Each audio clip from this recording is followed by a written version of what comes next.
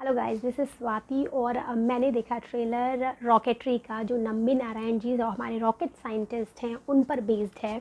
और मैं इस मूवी से बहुत ज़्यादा कनेक्टेड हूँ क्योंकि उनके जो वीडियोस हैं वंदे मातरम IIT मद्रास चैनल पे हैं। और उनको मैं काफ़ी टाइम से उनके लेक्चर्स देख रही हूँ।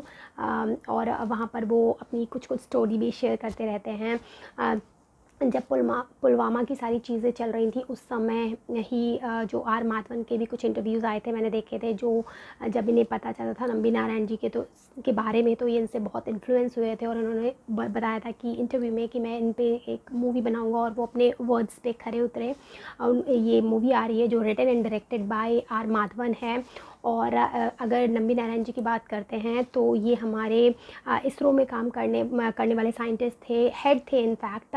और ये क्रायोजेनिक इंजन पे, लिक्विड क्रायोजेनिक इंजन पे काम कर रहे थे। बट उस समय वो टेक्नोलॉजी एट पार थी जो जिस पे अमेरिका और रशिया काम कर रहा था। बट जब उन्हें पता इनके बारे में चला तो उन्होंने इसे सैबोटेज करने की कोशिश करी, क्योंकि जिसमें हमारी केरला गवर्नमेंट का भी हाथ है। पता नहीं इस मूवी में दिखाएंगे कि नहीं दिखाएंगे, हाथ था। और उसको बहकाया गया था CIA के द्वारा। और साथ ही साथ बहुत कुछ लोग बोलते थे कि ISI जो पाकिस्तान की है उसका भी हाथ था उसमें। और जो CIA थी उसने ऐसा इसलिए किया था क्योंकि इंडिया उस समय रशिया का साथ देती थी, रशिया के साथ रहती थी, और अमेरिका को तो हर उस चीज़ में अड़ंगा लगाना ही होता है। तो इनका जो ये प्रोजेक्ट था उसको सैबोटेज किया गया था। और उस इनफैक्ट इतनी लिमिट तक चले गए थे कि इनको देशद्रोही बता दिया गया था। इनके ऊपर बहुत सारे इल्ज़ाम लगे थे, जिससे इनको 10 साल की जेल हुई थी। और ये जो प्रोजेक्ट था लिक्विड क्रायोजेनिक इंजन का, कुछ वहाँ पे ब्लास्ट वगैरह भी हुआ था, जिससे इनके ऊपर इल्ज़ाम लगा था। और ये प्रोजेक्ट 10 साल डिले हो गया था। फिर 2010 में इस पे काम करना फिर से स्टार्ट किया गया। और 2014 में जब इस टेक्नोलॉजी को बहुत अच्छे से बना लिया गया, तब जो है इसरो के लिए वो नेक्स्ट लेवल हो गया था, एक स्टेपिंग स्टोन जैसा था।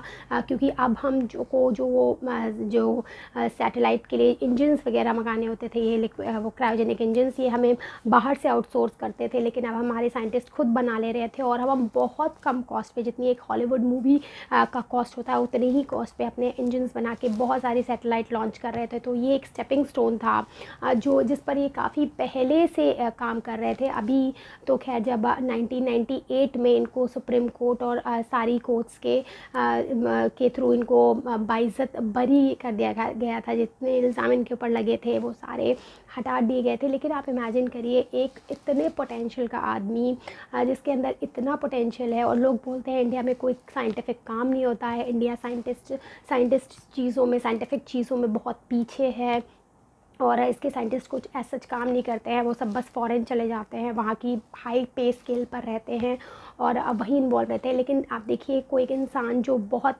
अच्छी टेक्नोलॉजी उस समय जो इंडिया के लिए एक बेहतरीन, सोचिए आप 10 साल पहले वो इंजन्स बन गए होते तो हम आउटसोर्स कर रहे होते लोगों को।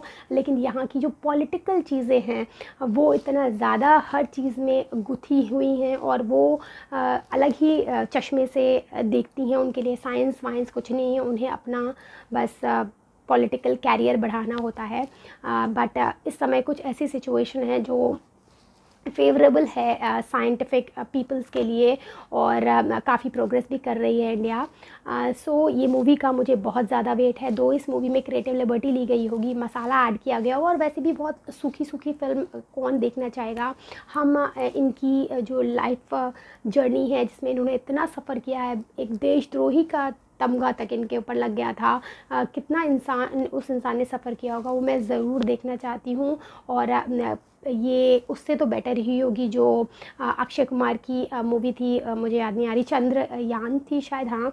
और वो स्पूफ टाइप की बनी थी, फ़नी बना रखा था उसमें, आई डोंट नो क्या कर रखा था। बट मुझे इस मूवी से, मैं काफ़ी कनेक्टेड हूँ इस मूवी से। और आप अगर इनका योगदान देखना चाहते हैं कि हमारी कंट्री के लिए क्या है, तो आप प्लीज़ इस मूवी को देखें और अपने बच्चों को भी दिखाएं।